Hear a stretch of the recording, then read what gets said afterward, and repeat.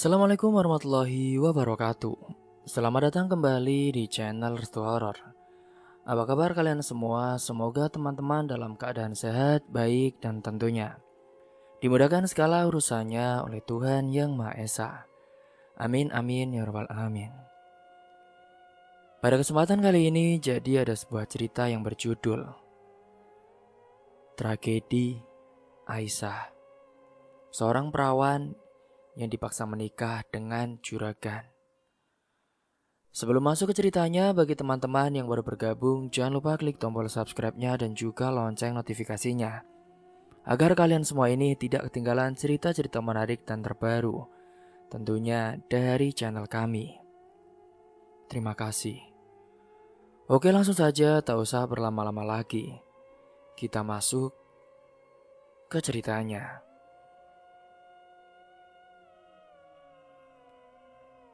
Aisyah menatap langit yang semula cerah kini berubah menjadi abu-abu pekat, hanya dalam waktu singkat saja. Ia bergegas mengangkat cucian di halaman rumahnya yang sempit di desa Manyar. Baru saja tangan kanannya menyentuh kain sarung milik ayahnya. Rintik hujan turun dengan deras membasahi tanah kering. Aisyah menghela nafas panjang sembari membawa masuk keranjang pakaiannya yang masih setengah basah ke dalam rumah kayu mereka. Di dalam ruangan yang remang-remang itu, Pak Karso sedang duduk di kursi kayu tua, sembari memijat kakinya yang sering terasa linu. Sudah 5 tahun mereka hidup berdua saja di rumah ini, setelah kepergian ibu dari Aisyah. Peristiwa itu masih membekas di ingatan Aisyah saat ibunya memilih pergi dengan lelaki lain tepat ketika Pak Karso masuk penjara. Jadi Pak Karso dulu masuk penjara karena fitnah saudara sendiri. Meskipun mereka hidup dalam kemiskinan dan dipandang sebelah mata oleh sebagian warga desa, Aisyah tidak pernah menyesal tetap tinggal bersama ayahnya. Baginya kenyamanan tidak bisa dibeli dengan uang yang didapat dari cara yang salah atau dengan meninggalkan orang yang sedang menderita. Duk, Aisyah, hujannya deras sekali.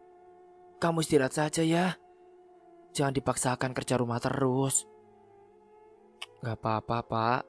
Lagian nanggung ini. Pakaiannya kan sekalian saja Aisyah lempit. Ketika saat itu Aisyah bercerita tentang pekerjaannya di pabrik garmen yang semakin hari semakin banyak. Namun ia menjalaninya dengan tabah karena hanya itu sumber penghasilan utama mereka. Di usia 23 tahun Aisyah memang belum memiliki keinginan untuk menjalin hubungan asmara dengan siapapun. Ia merasa tanggung jawabnya kepada sang ayah jauh lebih besar daripada sekedar mencari kesenangan pribadi. Fokusnya hanya bekerja dan pulang tepat waktu saja, agar bisa menyiapkan makan malam untuk Pak Karso. Kehidupan di desa yang tenang memberikan rasa nyaman yang tidak bisa ia tukar dengan kemewahan apapun. Walau kadang-kadang ia merasa lelah dengan pandangan sinis orang-orang tentang masa lalu ayahnya yang pernah menjadi narapidana, namun Aisyah tidak pernah memedulikan apapun, karena ia tahu ayahnya bukanlah orang jahat. Pak, Bapak gimana kerjanya Pak? Lancar. Alhamdulillah. Sekarang, ya gaji Bapak semakin baik lah. Iya Pak. Oh iya Pak, nanti aku mau pergi sama Dana ya. Iya, tapi ingat ya, kalau pergi hati-hati, pulangnya jangan malam-malam. Soalnya kan, kamu tahu sendiri, jalanan itu suka sepi. Iya Pak. Di sisi lain saat itu Dana sedang sibuk membersihkan sisa oli di tangannya di bengkel milik ayahnya yang terletak tidak jauh dari pasar desa. Dana adalah sosok lelaki yang selalu ada untuk Aisyah sejak mereka masih duduk di bangku sekolah dasar. Ia sangat mengenal karakter Aisyah dan juga Pak Karso. Bahkan ayahnya sendiri sudah menganggap Aisyah seperti anak sendiri. Setelah menutup bengkel, Dana biasanya mampir ke rumah Aisyah hanya untuk sekedar berbincang atau membawakan makanan kecil. Dan, kamu belum pulang. Itu mendung di luar udah jadi badai loh. Tegur ayah Dana sembari merapikan kunci-kunci Inggris di raknya. Dan hanya tertawa kecil dan menjawab bahwa ia ingin memastikan Aisyah dan Pak Karso baik-baik saja karena rumah mereka sering bocor saat hujan lebat. Iya Pak, nanti bentar lagi. Hubungan yang erat di antara kedua keluarga ini menciptakan harmoni yang kuat di tengah kesulitan ekonomi yang saat ini sedang mereka hadapi masing-masing. Suasana tenang itu terusik oleh keberadaan Juragan Ruslan, seorang tuan tanah pemilik perkebunan karet yang sangat disegani sekaligus ditakuti di desa Manyar. Ruslan memiliki kekayaan yang melimpah dan juga merasa bisa mendapatkan apa saja yang ia inginkan, termasuk wanita. Meski sudah memiliki 2 istri, mata Ruslan mulai tertuju pada Aisyah yang sering ia lihat berangkat kerja ke pabrik garmen. Baginya kecantikan sederhana Aisyah adalah sesuatu yang harus ia miliki untuk melengkapi koleksinya. Cip, iya bos, kamu kenal gak sama perempuan yang kerja di garmen itu? Yang cantik itu? Oh, nama dia Aisyah bos. Cantik juga dia. Aku ingin melamar dia, Cipto. Boleh bos, emangnya bos percaya? Kini bagi Pak Ruslan, kecantikan sederhana Aisyah adalah sesuatu yang harus ia miliki untuk melengkapi koleksinya. Tak heran Pak Ruslan seringkali menanyakan keberadaan Aisyah kepada orang-orang di sekitar pasar dengan nada yang meremehkan Pak Karso. Ia merasa dengan kekuasaan dan uangnya tidak akan ada orang di desa itu yang berani menolak permintaannya. Apalagi keluarga miskin seperti keluarga Pak Karso yang punya catatan hitam di kepolisian. Keinginan Ruslan untuk menjadikan Aisyah istri ketiga mulai menjadi pembicaraan hangat di kalangan anak buahnya. Ruslan tidak segan-segan mengeluarkan banyak uang untuk menyuap siapapun agar rencananya berjalan dengan lancar. Bu, sini bu. Iya juragan, ada apa ya juragan? Ibu tahu nggak, si Aisyah itu kalau pulang dan berangkat jam berapa? Dia tuh kalau berangkat jam 8 juragan, pulangnya jam 5-an sore kadang. Oh, ini uang buat ibu. Nanti kalau ada Aisyah lewat, ibu ganggu dia ya, supaya dia mau sama saya. Juragan ini mau nikah lagi ya juragan? Iya, udah, gak usah banyak tanya, ini uangnya. Iya juragan, makasih ya. Ia merasa bahwa Aisyah pasti akan tergiur dengan rumah mewah dan jaminan hidup enak jika bersedia menikah dengannya. Namun Ruslan juga tahu bahwa Aisyah adalah gadis yang keras kepala dan sangat setia kepada ayahnya. Hal ini justru membuat Ruslan semakin merasa tertantang untuk menaklukkan gadis itu dengan cara apapun. Entah itu dengan cara halus melalui pemberian barang atau dengan cara kasar jika permintaannya diabaikan. Singkat cerita pagi harinya, saat matahari baru saja muncul, Aisyah sudah bersiap berangkat ke pabrik garmen dengan sepeda tuanya. Di persimpangan jalan ia bertemu dengan Dana yang juga hendak membuka bengkel.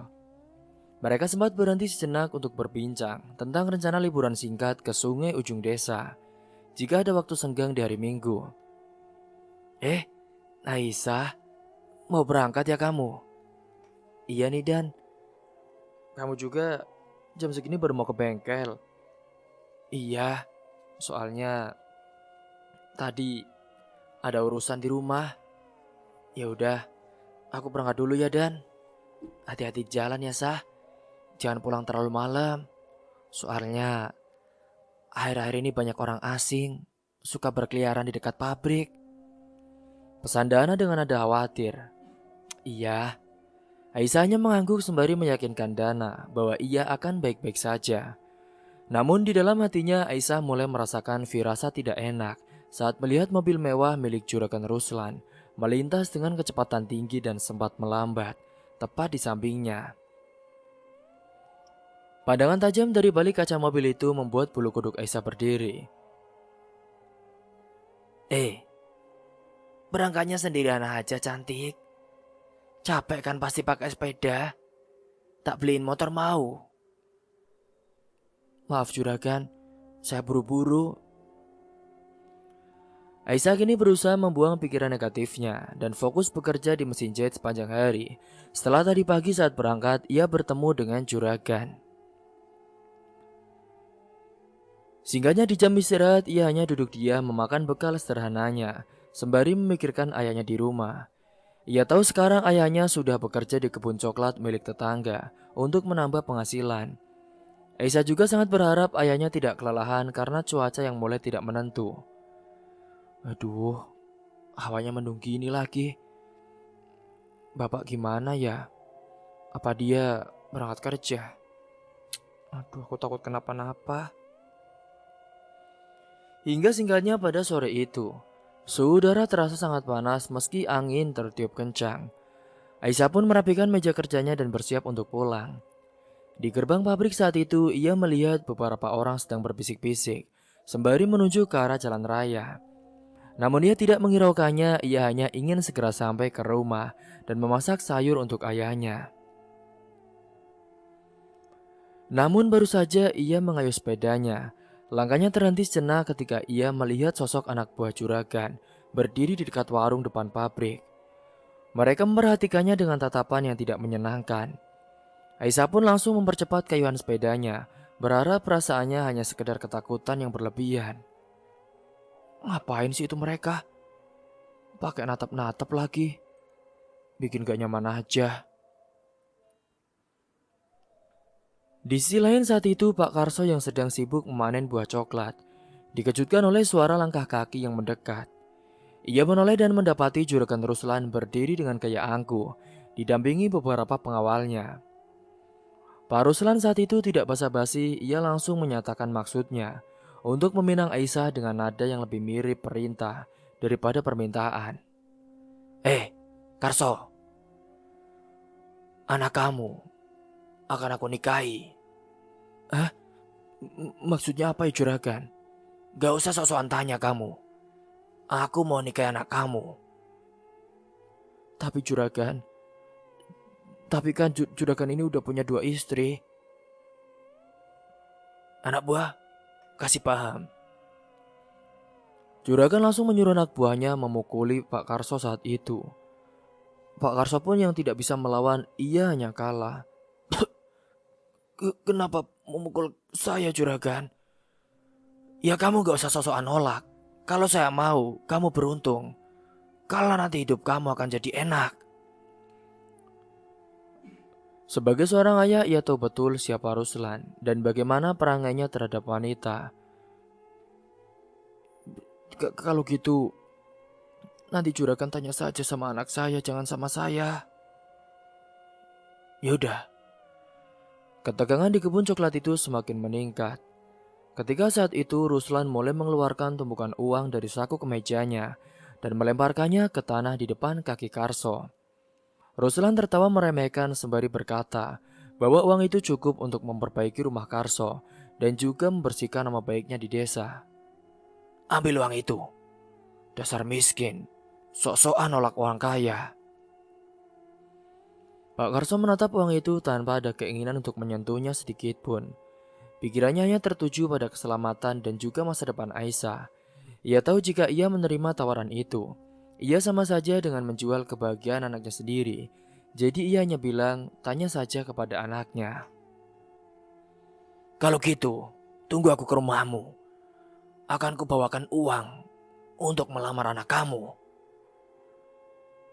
Ucapnya sembari pergi. Pak Karso hanya diam sembari menahan kesakitan setelah perutnya dipukul oleh anak buah Pak Ruslan.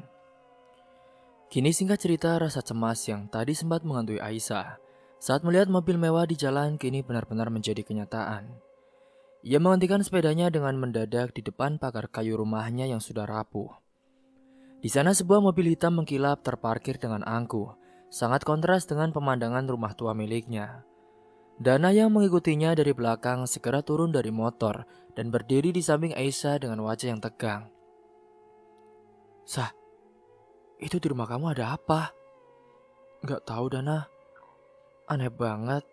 Perasaan ayah gak punya teman deh yang kayak gitu. Di sana ada 4 orang lelaki berbadan besar yang berdiri berjaga di teras rumah. Mereka mengenakan pakaian serba hitam dan menatap tajam ke arah Aisyah serta Dana. Aisyah merasa tangannya dingin dan tubuhnya sedikit bergetar. Namun ia berusaha tetap tegar karena memikirkan kondisi ayahnya yang kini berada di dalam rumah. Pada saat yang sama saat itu Aisyah segera melangkah maju. Namun salah satu dari lelaki itu yang bernama Waluyo langsung merentangkan tangan untuk menghalangi jalan mereka. Mau apa kamu? Berhenti di situ. Jangan ada yang masuk kecuali gadis ini. Diam kamu, kata Waluyo dengan suara berat dan parau. Dana tidak tinggal diam, ia pun mencoba mendorong tangan Waluyo agar bisa melindungi Aisyah. Diam loh pak, ini rumah sahabat saya. Kalian gak punya hak melarang saya masuk. Minggir, balas Dana dengan nada tinggi. Mendengar hal itu, seorang lelaki lain bernama Cipto maju dan langsung mencengkram kerah baju Dana dengan kasar. Suasana di halaman rumah yang sempit itu seketika menjadi panas.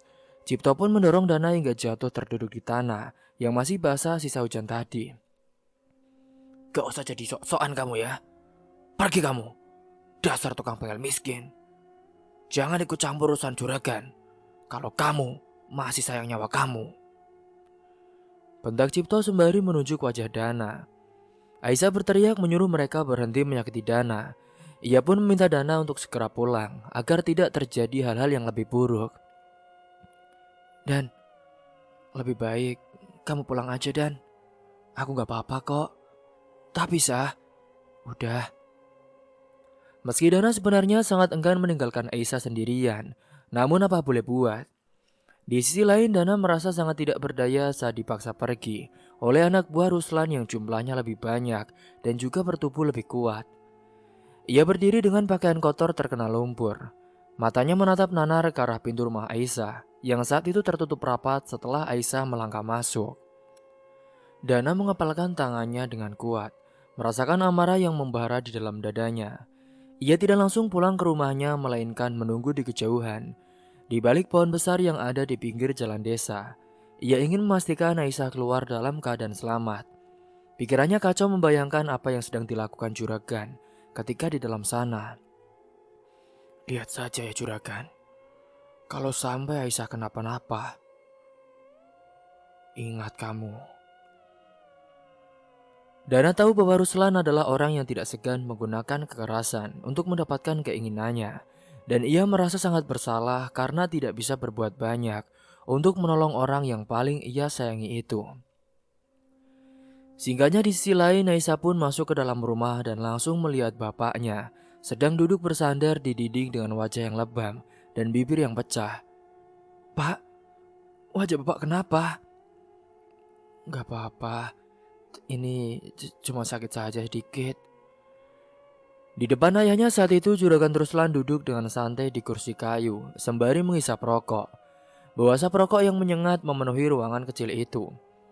Aisyah berlari ke arah ayahnya dan memeluknya dengan erat. Juragan, sebenarnya apa sih yang Juragan lakukan pada ayah saya? Ayah saya salah apa Juragan? Tanya Aisyah dengan nada bicara yang penuh amarah. Ruslan hanya tersenyum tipis tanpa rasa bersalah sedikit pun. Ia mematikan rokoknya di lantai tanah, lalu berdiri mendekati Aisyah. Ayahmu hanya perlu sedikit pelajaran, karena dia terlalu berani menolak keinginan saya. Padahal saya datang dengan niat baik. Saya ingin melamarmu secara resmi, untuk jadikan kamu istri ketiga saya. Gimana? Mau kan? Kata Ruslan dengan suara yang tenang. Aisyah menatap wajah Ruslan dengan tatapan benci yang sangat dalam. Ia tidak merasa takut sedikit pun dengan kekayaan yang dipamerkan oleh lelaki di depannya itu. Juragan, saya nggak akan pernah mau menikah dengan orang seperti Anda. Anda adalah orang yang sangat serakah, jahat, dan kasar kepada orang miskin seperti kami, Juragan. Saya nggak sudi. Ucap Aisyah dengan suara tegas dan lantang. Mendengar perkataan itu, wajah Ruslan yang semula tenang langsung berubah menjadi merah padam.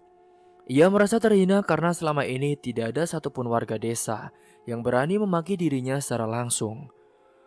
Ruslan langsung melangkah maju dan mencengkeram dagu Aisyah dengan sangat kuat hingga gadis itu meringis kesakitan. Jaga bicaramu ya gadis pabrik. Kamu gak tahu dengan siapa kamu sedang berurusan? Hah? Pak Karso mencoba bangkit untuk melindungi ayahnya. Namun ia terlalu lemah karena luka-luka di tubuhnya. Ia pun hanya bisa memohon agar Ruslan melepaskan Aisyah dan tidak menyakiti mereka lagi. Juragan, maafkan anak saya juragan. Tolong lepasin juragan. Tolong. Namun saat itu Ruslan justru tertawa mengejek melihat penderitaan Pak Karso. Ia melepaskan cengkramannya dari dagu Aisyah dengan sentakan kasar hingga Aisyah hampir terjatuh. Ruslan pun kemudian berjalan menuju pintu keluar dengan langkah yang berat. Sebelum benar-benar keluar dari rumah, ia berhenti sejenak dan menoleh ke arah Aisyah serta ayahnya. Lihat ya, kalian berdua sudah membuat kesalahan besar hari ini. Mulai sekarang, hidup kalian gak akan pernah tenang di desa ini. Hidup kalian akan berada dalam bahaya jika kalian berani tetap menolak keinginan saya.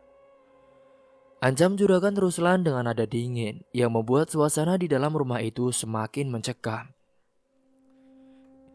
Setelah Ruslan dan anak buahnya pergi, suasana rumah itu seketika menjadi sunyi. Hanya terdengar suara isak tangis Aisyah yang berusaha menahan rasa sakit di hatinya. Ia segera mengambil air hangat dan kain bersih untuk mengobati luka-luka di wajah ayahnya. Tangannya gemetar saat menyentuh luka memar yang membiru di pipi Pak Karso. Aduh, sakit nak. Ya, maafkan Aisyah ya. Gara-gara Aisyah, ayah jadi babak belur seperti ini. Bisik Aisyah sembari menyeka darah kering di sudut bibir ayahnya. Pak Karso hanya menggelengkan kepala perlahan dan memegang tangan Aisyah.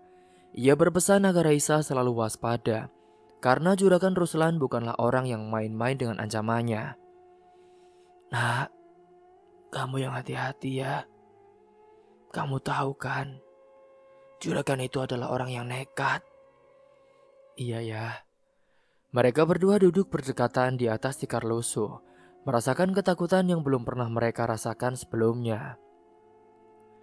Hingga malam yang sudah semakin larut, Aisyah pun mematikan lampu minyak di ruang tengah. Namun ia tidak bisa memejamkan mata sama sekali. Setiap suara ranting pohon yang bergesekan dengan atap rumah membuatnya tersentak kaget. Ia merasa kini hidupnya seolah-olah ada yang mengintai di balik kegelapan jendela yang tidak terkunci rapat. Ia benar-benar tidak tahu kapan juragan akan nekat dan bagaimana ia harus melawannya. Singkat cerita, beberapa hari telah berlalu sejak kejadian di rumah Pak Karso. Namun suasana di desa Manyar tetap terasa berat. Luka lebam di wajah Pak Karso belum sepenuhnya sembuh dan ia masih sering meringis kesakitan saat mencoba menggerakkan bahunya. Aduh ya Allah, sakit sekali bahuku. Aduh, gimana ini? Aduh, kalau gini aku gak bisa kerja. Rintih Pak Karso saat itu. Ketika Aisyah pulang dari pabrik garmen dengan perasaan yang sangat sedih ketika melihat kondisi ayahnya yang semakin lemah. Di tengah jalan menuju rumah, ia bertemu dengan Dana yang sedang sibuk merapikan rantai sepeda motornya. Aisyah berhenti dan mendekati Dana lalu menceritakan semua kekhawatirannya tentang kesehatan ayahnya yang kini semakin menurun. Dana mendengarkan dengan serius sembari mengepalkan tangannya karena merasa tidak berdaya melihat sahabatnya menderita. Dan ayah masih sering sesak nafas kalau banyak bergerak. Aku takut lukanya ada yang di bagian dalam. Malah dia udah tua lagi. Kalau dia gitu terus, aku takut gak punya siapa-siapa Dan. Ucap Aisyah dengan suara yang pelan. Dana menatap Aisyah dengan penuh rasa iba, lalu berusaha menenangkan gadis itu. Aisyah, udah, kamu jangan terlalu banyak pikiran. Lagian, selagi aku ada di sini, aku akan sering-sering mampir ke rumah untuk mengecek kondisi Bapak. Aku janji, aku akan melindungi kalian dengan cara apapun. Pokoknya, juragan Ruslan gak boleh lagi menyentuh kalian. Pertemuan singkat itu sedikit memberikan kekuatan bagi Aisyah. Meskipun ia tahu bahwa ancaman dari Pak Ruslan bukan sekedar gertakan belaka. Dana memperhatikan punggung Aisyah yang menjauh dengan rasa cemas yang terus mengimpit dadanya setiap kali melihat mobil hitam melintas. Sementara di sisi lain beban kerja di pabrik garmen tempat Aisyah bekerja menjadi semakin tidak masuk akal. Mandor pabrik saat itu terus berteriak menuntut kecepatan produksi yang lebih tinggi. Di sisi lain saat itu, Aisyah benar-benar harus kecapean sendiri. Gimana sih kamu Aisyah? Ini tuh harus cepat jadi ya. Besok mau dipaketin ini. Kalau nggak selesai, bos-bos bisa marah. Iya pak, saya janji pak, sebentar lagi selesai. Aisyah merasa sangat lelah secara fisik dan mental karena ia harus bekerja lembur tanpa ada tambahan gaji yang layak. Sepanjang hari telinganya dipenuhi suara bising mesin jahit yang tidak pernah berhenti berputar. Setiap kali ia melakukan kesalahan kecil, mandor akan langsung memarahinya di depan karyawan lain. Tekanan-tekanan inilah yang membuat Aisyah merasa sangat tertekan dan was-was setiap kali ia melangkah keluar dari area pabrik untuk pulang ke rumahnya. Ia merasa seolah-olah seluruh dunia sedang berusaha menekannya, hingga ia tidak punya pilihan selain menyerah pada keadaan.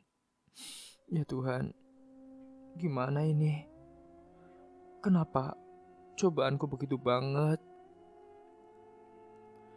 Singgahnya sore itu langit kembali mendung saat Aisyah berjalan pulang melewati jalan setapak yang dikelilingi oleh pepohonan rimbun. Jalanan itu sangat sepi karena warga desa lebih memilih berada di dalam rumah sebelum hujan turun.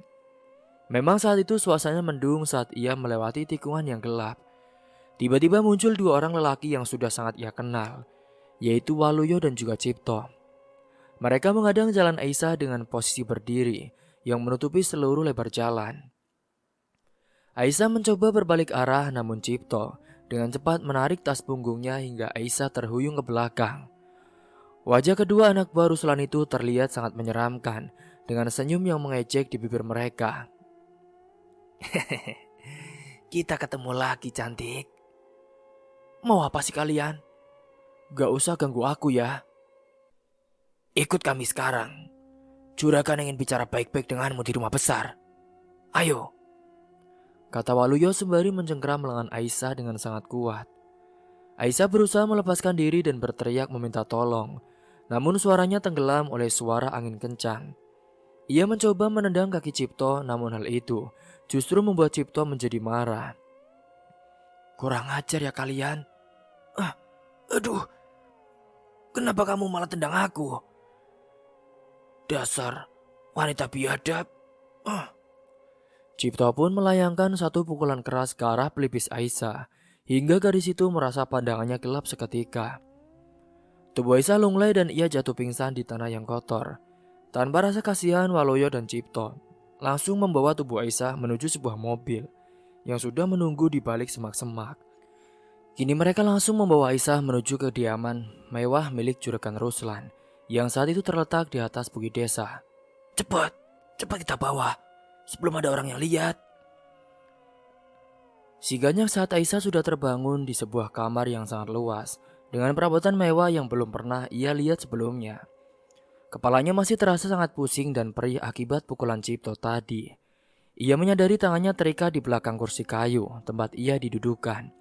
Di depannya, Juragan Ruslan berdiri sembari memegang segelas minuman dengan tatapan yang sangat dingin. Ruangan itu terasa sunyi dan juga mencekam, hanya ada suara detak jam dinding yang terdengar sangat jelas di telinga Aisyah. Ruslan mendekat lalu mengusap rambut Aisyah dengan kasar, membuat Aisyah merasa sangat jijik dan segera pindah dari tempat itu. Cantik, bagaimana tempat ini? Enak kan?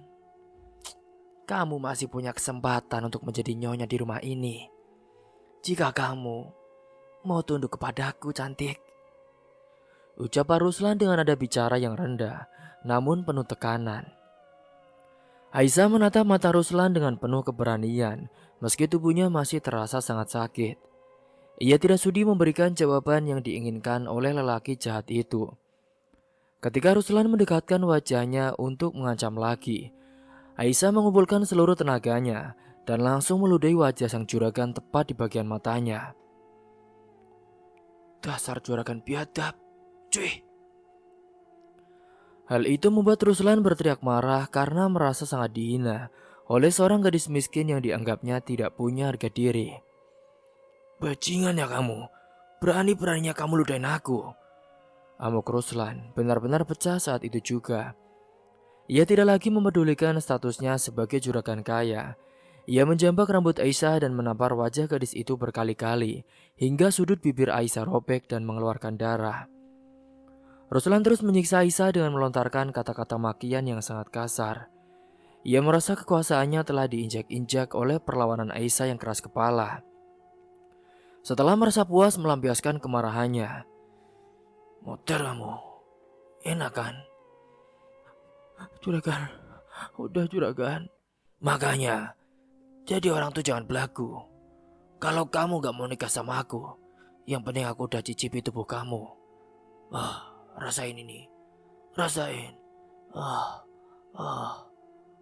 Biar kamu hamil. Ini. Juragan, stop juragan. Anak buah, sini kalian. Ini, saya udah puas." Setelah juragan merasa puas dan telah keluar, Ruslan menyuruh Waluyo dan Cipto saat itu. "Bawa dia keluar dari sini. Cepat, buang dia di mana saja. Aku sudah gak butuh wanita yang gak tahu diri seperti dia." "Tapi bos, kalau dia hamil gimana bos?" "Udah biarin aja. Yang penting kan, aku udah pakai dia. Aku udah tahu rasanya gimana. Udah, biarin aja." Kini pada saat yang itu, Waluyo dan Cipto membawa Aisyah yang sudah dalam keadaan tidak berdaya menuju halaman belakang rumah yang gelap dan penuh dengan tumbukan batu besar. Namun saat itu, niat jahat Cipto tidak berhenti di situ saja. Saat Waluyo sedang sibuk membuka gerbang belakang, Cipto yang memiliki nafsu bejat justru ingin mencoba menyakiti Aisyah lebih jauh. "Aduh, cantik juga nih anak. Rasanya sia-sia kalau aku gak coba. Aku coba aja. Meskipun Aisyah dalam keadaan kondisi setengah sadar, pada saat itu, Cipto malah membawa Aisyah ke semak-semak lagi dan ia langsung menyetubui Aisyah. Tolong, tolong. Ayo, cepat. Aku mau keluar." Hingga keributan yang ditimbulkan oleh Cipto terdengar oleh beberapa warga desa yang saat itu kebetulan sedang mencari kayu bakar di dekat area tersebut. "Ya, suara apa itu, Pak? Suara apa itu?" Cipto menjadi sangat panik saat melihat kilatan cahaya lampu senter warga yang saat itu semakin mendekat. Ia pun mencoba mengangkat tubuh Aisyah dengan terburu-buru untuk melarikan diri ke arah yang lebih gelap. Namun karena kondisi tanah yang licin dan kepanikannya yang luar biasa, Cipto malah kehilangan keseimbangan. Pegangannya pada tubuh Aisyah terlepas begitu saja. Tubuh Aisyah terjatuh dengan posisi yang sangat buruk. Kepala bagian belakang Aisyah menghantam permukaan batu yang sangat tajam dan juga besar. Dengan suara benturan yang sangat keras, darah segar langsung mengalir, membasahi tanah di sekitar batu tersebut. Aisyah tidak bergerak lagi saat itu. Ia tewas seketika di tempat kejadian, tanpa sempat mengeluarkan suara sedikit pun. Warga tadi yang melihat suara itu benar-benar terkejut ketika melihat ternyata itu Aisyah yang sudah tidak bernyawa dengan kepala bercimbat darah. Sementara Cipto dan Waluyo segera melarikan diri ke dalam kegelapan hutan untuk menghindari amukan warga yang mulai berdatangan dalam jumlah banyak. "Ya Allah, Pak, ini ternyata Aisyah, anaknya Pak Karso. Kok bisa gitu ya dia? Ya ampun, siapa yang tega, Pak? Ayo, Pak, kita bawa aja cepat." Kini berita kematian tragis Aisyah menyebar dengan sangat cepat ke seluruh penjuru desa Manyar. Hanya dalam hitungan menit saja, reputasi juragan Ruslan yang selama ini terjaga dengan uang dan kekuasaan kini hancur total karena warga tahu bahwa Aisyah baru saja dibawa keluar dari rumah besarnya oleh kedua anak buahnya. Kemarahan massal mulai menyelimuti warga desa yang selama ini hanya bisa dia melihat kesombongan sang juragan. Suasana malam itu berubah menjadi sangat panas dengan suara teriakan warga yang menuntut keadilan bagi kematian Aisyah. Juragan, keluar kamu, keluar, cepat keluar juragan. Kamu harus bertanggung jawab, karena ini semua pasti perintah kamu. Di sisi lain Dana yang sejak tadi menunggu dengan perasaan tidak tenang. Akhirnya mendengar kabar tersebut dari seorang warga yang berlari melewatinya.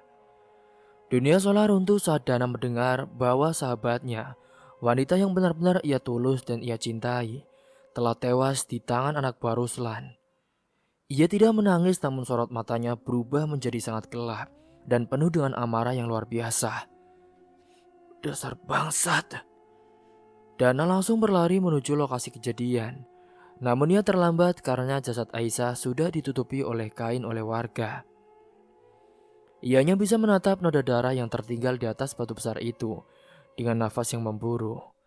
Di kepalanya hanya ada satu pikiran, yaitu membalas setiap tetes darah Aisyah kepada mereka yang bertanggung jawab atas kejadian mengerikan ini. Kini pada waktu itu, jasad gadis itu pun dikuburkan dengan iringan tangis dari warga, terutama Pak Karso yang berkali-kali pingsan karena tidak sanggup menerima kenyataan bahwa anak tunggalnya telah tiada. Aisyah, maafin bapak nak, maafin ayah. Gara-gara ayah, kamu jadi korban gini. Dana berdiri di sudut pemakaman dengan mata yang merah dan wajah yang sangat datar. Ia tidak mengeluarkan satu tetes air mata pun. Namun tangannya terus mengepal di dalam saku celananya. Setelah pemakaman selesai dan warga mulai membubarkan diri, Dana tidak langsung pulang ke rumahnya. Ia pergi ke bengkel dan mengambil sebuah parang panjang yang biasa digunakan untuk menebas semak. Ia mengasah senjata itu hingga sangat tajam di bawah cahaya lampu yang temaram. Dana tahu bahwa keadilan tidak akan pernah datang dari hukum desa selama juragan Ruslan masih memiliki uang untuk menyuap semua orang. Juragan, ini gimana juragan? Sudah ada orang yang datang kepada saya. Udahlah, saya nggak mau ya kalian mau bantuin dia. Ini saya ada uang. Tapi kurang juragan kalau segini. Saya bisa kasusin juragan. Ya udahlah, berapa maunya? 50 juta aja. Oke, sana pergi aja. Ini uangnya. Ucap juragan Ruslan kepada polisi yang saat itu benar-benar mau disuap karena tidak mau berurusan dengan juragan. Sementara di sisi lain juragan Ruslan merasa sangat terpojok. Ia benar-benar tidak tahu. Ia mondar-mandir di ruang tamu sembari memarahi Waluyo dengan suara yang sangat keras. Ruslan berencana untuk melimpahkan seluruh kesalahan pada Cipto agar namanya tak bersih di mata polisi dan juga pejabat daerah. Kalian yang bodoh. Aku hanya menyuruh menyebutnya, bukan membunuhnya. Dasar goblok kalian. Wah, tapi juragan, bukannya tadi udah dikasih uang ya tuh polisinya. Bukan itu saja. Itu karena dia itu oknum polisi. Jika ada pejabat daerah saja atau yang lain gimana? Nama baikku bisa hancur gara-gara kamu goblok. Juragan Ruslan benar-benar sangat murka kepada kedua anak buahnya. Di sisi lain saat itu, Dana yang sudah bergerak dengan sangat cepat dan diam-diam, ia sudah mengetahui tempat persembuhan Cipto melalui beberapa warga yang melihat lelaki itu lari ke arah gubuk tua di pinggir hutan. Oh, Mas Cipto itu kadang sering di sana, Mas. Makasih ya, Bu, infonya. Iya, sama-sama, Mas. Di sisi lain Dana yang saat itu sudah mulai mengetahui keberadaan Cipto. Di sisi lain Cipto sedang duduk gemetar sembari mengemasi beberapa pakaian. Aduh, aku harus segera pergi. Kalau aku di sini, bisa-bisa aku mati nih. Namun pada saat yang sama ketika Cipto sudah bersiap mau pergi, tiba-tiba Dana sudah berdiri di depan pintu dengan memegang parang yang mengkilap. Ampun bos, tolong jangan bunuh aku. Kamu juga kan udah bunuh gadis itu. Ini semua kan perintah juragan, bukan saya, bos. Pokoknya, kamu harus mati juga. Pada saat yang sama saat itu, Dana langsung menebaskan parangnya itu dengan satu gerakan, persis ke arah leher Cipto hingga lelaki itu tewas bersimbah darah di atas tumpukan jerami. Beberapa jam kemudian, suasana di depan rumah Juragan Ruslan menjadi sangat mencekam. Penjagaan di gerbang depan sedang lenggang karena para anak buah Ruslan sedang berpencar mencari keberadaan Cipto yang hilang. Tiba-tiba saat itu sebuah benda besar jatuh di depan pintu utama rumah itu. Gelombrang. Juragan Ruslan yang berada di dalam segera keluar setelah mendengar suara itu. Ketika ia lihat, ia menjerit ketakutan sangat keras ketika melihat jasad Cipto yang sudah tidak bernyawa tergeletak di teras rumahnya dengan kondisi yang sangat mengerikan. Pak Ruslan pun segera masuk ke dalam rumah dan mengunci semua pintu dengan tangan. Ia menyadari bahwa maut kini sedang mengintai dirinya. Ini pada kemana sih? Waluyo! Waluyo! Sugeng! Sini! Namun anak buah yang lain tidak ada.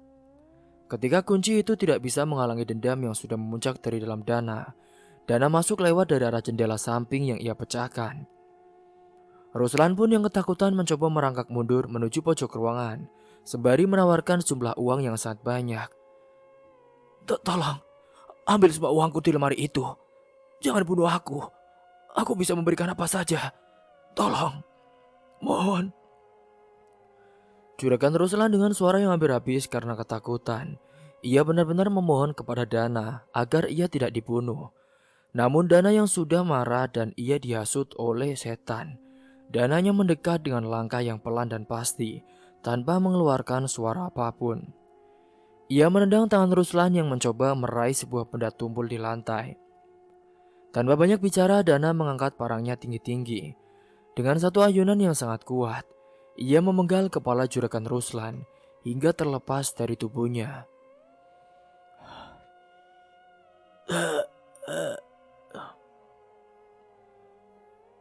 Kini kegemaran luar biasa melanda seluruh penjuru desa Manyar pada pagi harinya saat berita tentang tewasnya Juragan Ruslan menyebar luas. Warga berkerumun di depan pagar rumah besar itu dan melihat pemandangan yang sangat tragis sekaligus mengerikan. Tidak ada lagi rezim tiran yang selama ini menyiksa warga desa dengan kekuasaan dan uangnya yang melimpah.